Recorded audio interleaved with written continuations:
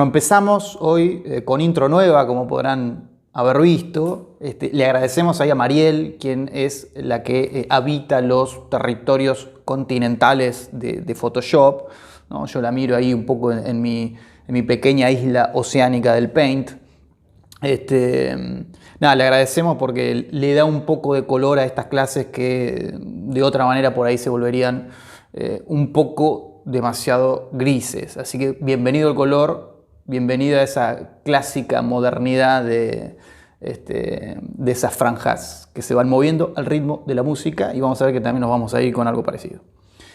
Bueno, hoy vamos a empezar con Punctum de Martín Gambarota. Es un solo y larguísimo poema dividido en 39 partes que reponen una unidad casi novelística. Nosotros solo vamos a leer los 10 primeros, las 10 primeras entradas. Entonces, un poco esta cuestión narrativa que va componiendo un relato se nos va a perder. Vamos a hacer una entrada bastante fragmentada. De todas maneras, es un texto fragmentado. Ganó el primer concurso hispanoamericano organizado por el Diario de Poesía en 1995. Diario de Poesía fue una publicación que se dio entre el 86 y el 2012 en formato tabloide. Es un clásico de la lectura sobre la poesía, sobre todo de esta camada de los poetas de los 90. El diario estaba conformado por poetas y críticos. Pueden googlear, hay una página que tiene archivado todos los diarios de poesía. Yo ahora no recuerdo dónde está, les puedo poner el link de todas maneras ahí en Moodle, en archivos complementarios o en algún espacio si es que les interesa el dato. El premio produjo un revuelo en su momento, ¿no?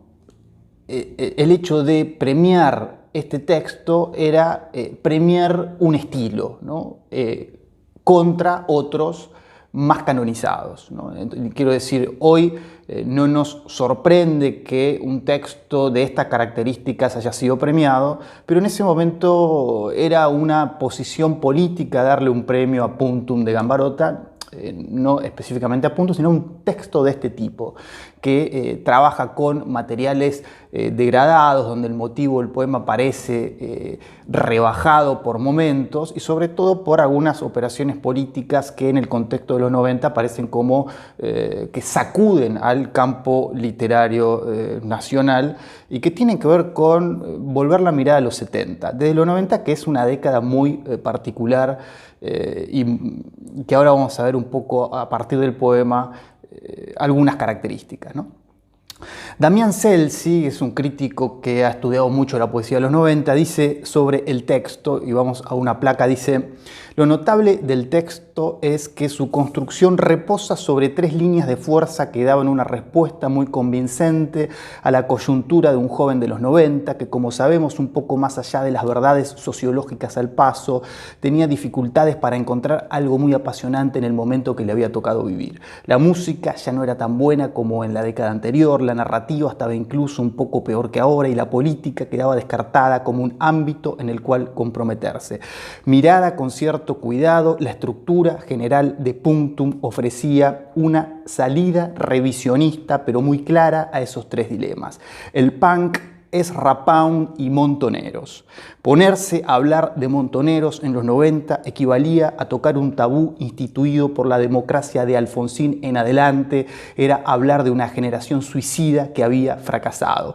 Y dice más adelante, un texto de resistencia contra lo que parecía el establecimiento definitivo de la paz perpetua neoliberal, ¿no? Este es, según Celsi, en una lectura muy lúcida, la operación en 3 niveles de Gambarota que cabría pensar, ¿no? En una época donde parece que no pasa nada, ahora vamos a ver por qué, donde hay una retracción en todos los órdenes a la interioridad privada, el repliegue del Estado, cierta condición un poco egoísta de estos discursos neoliberales sobre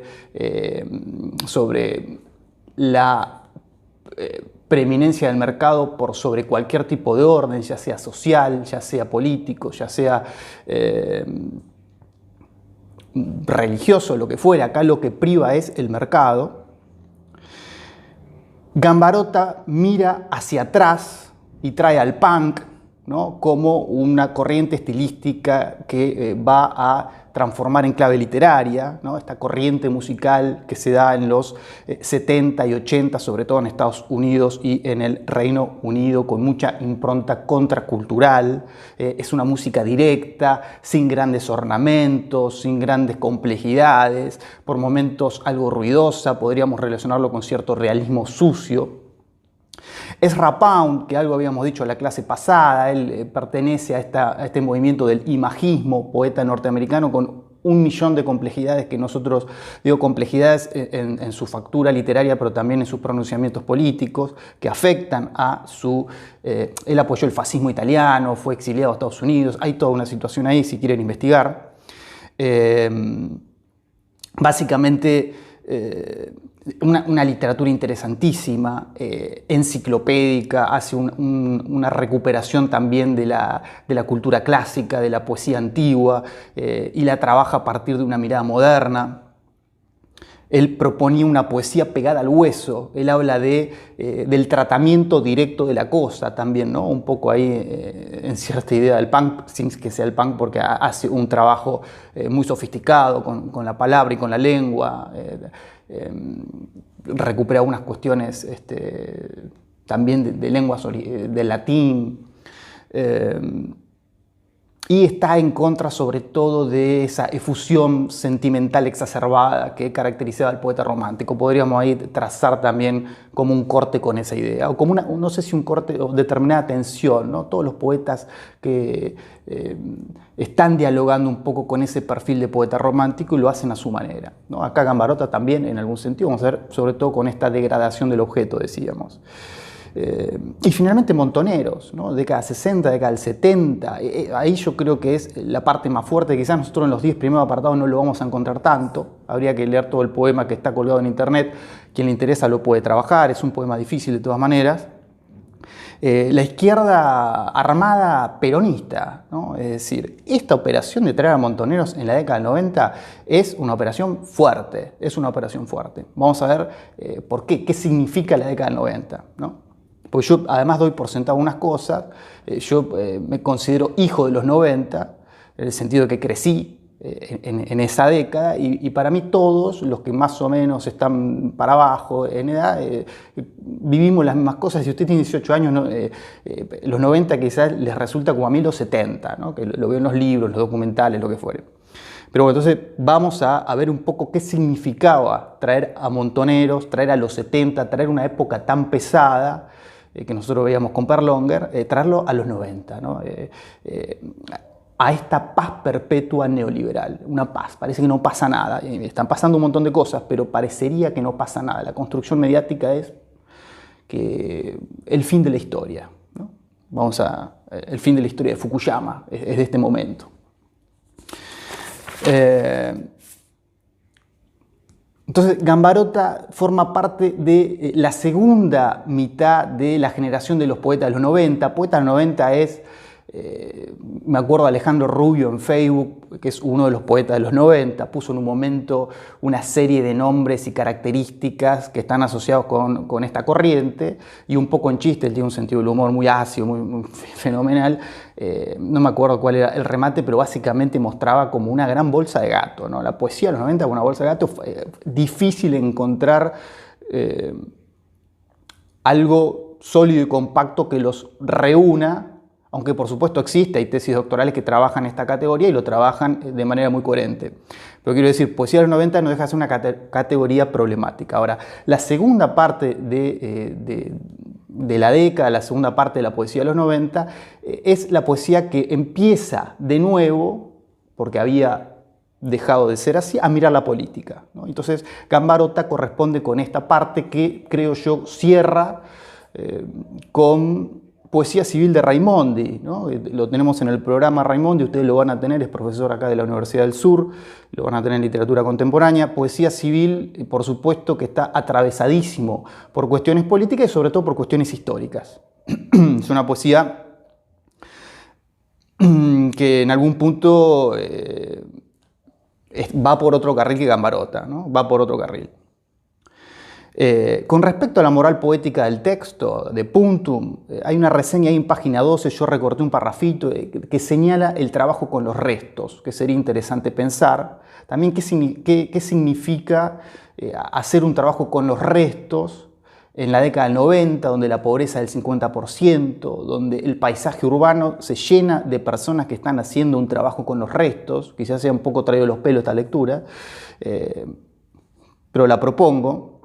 Dice la reseña, el trabajo con lo que va quedando, con los restos de la lengua, con materiales bajos, una imagen televisiva que siempre viene de los Estados Unidos, objetos degradados como colillas de cigarrillo, propaganda de yogur, etiqueta de cerveza desteñida. Dice, claramente estamos hablando de una cultura baja, bajísima, desde la que se destila la certeza de que la poesía no puede escribirse en un limbo. De nuevo, ¿no? Contra aquella figuración del poeta romántico que escribe en las altas cumbres, hay que escribir acá, hay que escribir de lo que pasa, hay que bajar, hay que meter las manos en el barro si fuera necesario, ¿no? Bueno, ahora para entrar al poema yo voy a proponer 4 claves, ahí un poco esquemáticas, pero para que por ahí resultan ordenadoras. Lo vemos acá en placa.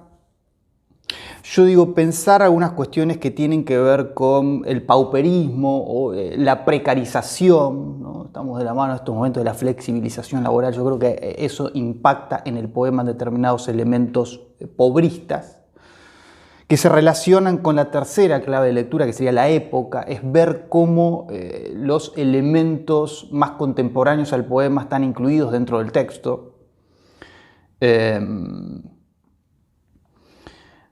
La segunda clave, yo ahí digo lo urbano, ¿se acuerdan? Es una de las claves, la espacialidad es una de las claves que propone Monteleone y nosotros pensamos en términos de el desierto contra la ciudad. Bueno, la poesía de Gambarota es una poesía eminentemente urbana. Podríamos trazar una genealogía ahí con Baldomero, con Borges, con César Fernández Moreno, en este sentido de una poesía urbana.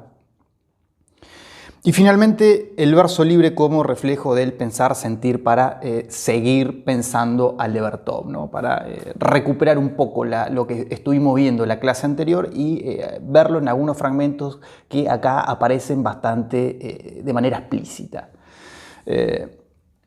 Entonces, esas serían las claves de lectura. Vamos a cortar 10 minutos por video y vamos a ir, la vez pasada me estoy extendiendo, hago de a 20, el editor me avisa, error de codec, cosas que empiezan a pasar. Vamos a tratar de ir cortando cada 10 minutos y además se ajusta más al formato de videos. Entonces, en el video que sigue entramos ya a partir de estas claves en la selección de versos, en la selección de versos que tenemos para la materia de Puntum de Gambarota. Primero.